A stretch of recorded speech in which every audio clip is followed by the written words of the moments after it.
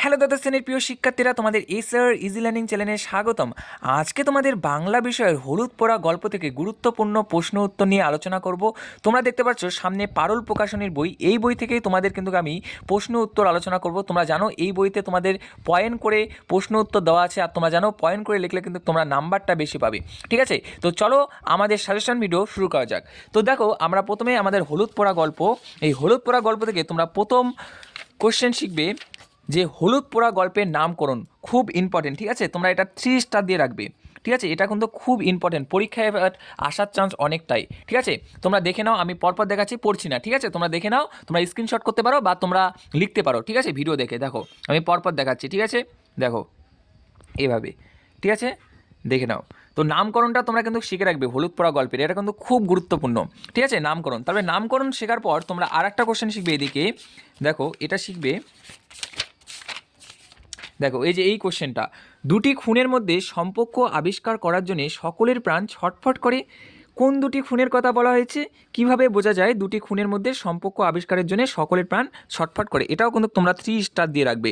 ঠিক আছে, এটাও কিন্তু আসার চান্স অনেকটাই। ঠিক আছে, দেখো আমি উত্তরটা দেখাচ্ছি, তোমরা দেখে নাও পরপর।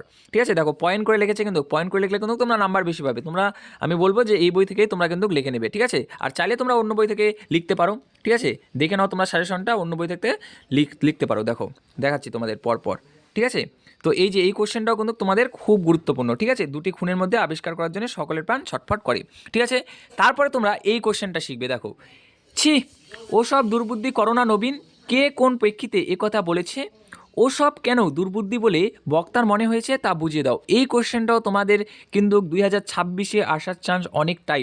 ঠিক আছে, তো তোমরা কিন্তু উত্তরটা দেখে নাও পরপর। ঠিক আছে, দেখো এখানেও কিন্তু পয়েন্ট করে তোমাদের লিখেছে, এটা আমার ভালো লেগেছে। দেখো ঠিক আছে, তোমরা কিন্তু এইভাবেই কিন্তু লিখবে উত্তরটা। ঠিক আছে, তোমরা যদি চাও যে বানিয়ে লিখবে, বানিয়ে লিখতে পারো, কিন্তু পয়েন্টগুলো দেবে। ঠিক আছে, পয়েন্টগুলো দিলে তোমরা নাম্বারটা বেশি পাবে।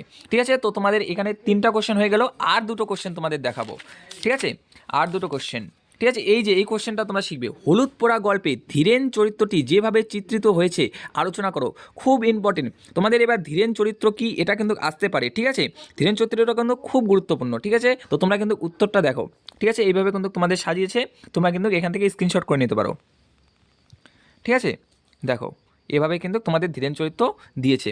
ঠিক আছে, তো এটা হলো 4 নাম্বার কোশ্চেন। এবার 5 নাম্বার কোশ্চেন যাওয়ার আগে তোমরা কিন্তু অবশ্যই চ্যানেলটা সাবস্ক্রাইব করবে, এবং তোমরা কোন ভিডিও চাও সেটাও কিন্তু তোমরা কমেন্টে বলবে। ঠিক আছে, তো চলো আমরা 5 নাম্বার কোশ্চেনটা দেখা যাক।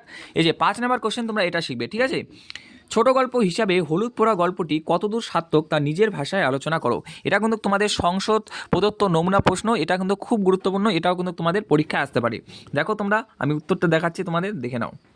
ঠিক আছে, তো আজকের ভিডিওটা এই পর্যন্ত। তোমাদের কেমন লাগলো? তোমাদের ভালো লাগলে অবশ্যই কমেন্ট করে জানাবে, এবং তোমাদের বন্ধুদের সাথে শেয়ার করবে, এবং চ্যানেলে নতুন হলে চ্যানেলটা অবশ্যই সাবস্ক্রাইব করবে। তো চলো টাটা, বাই বাই।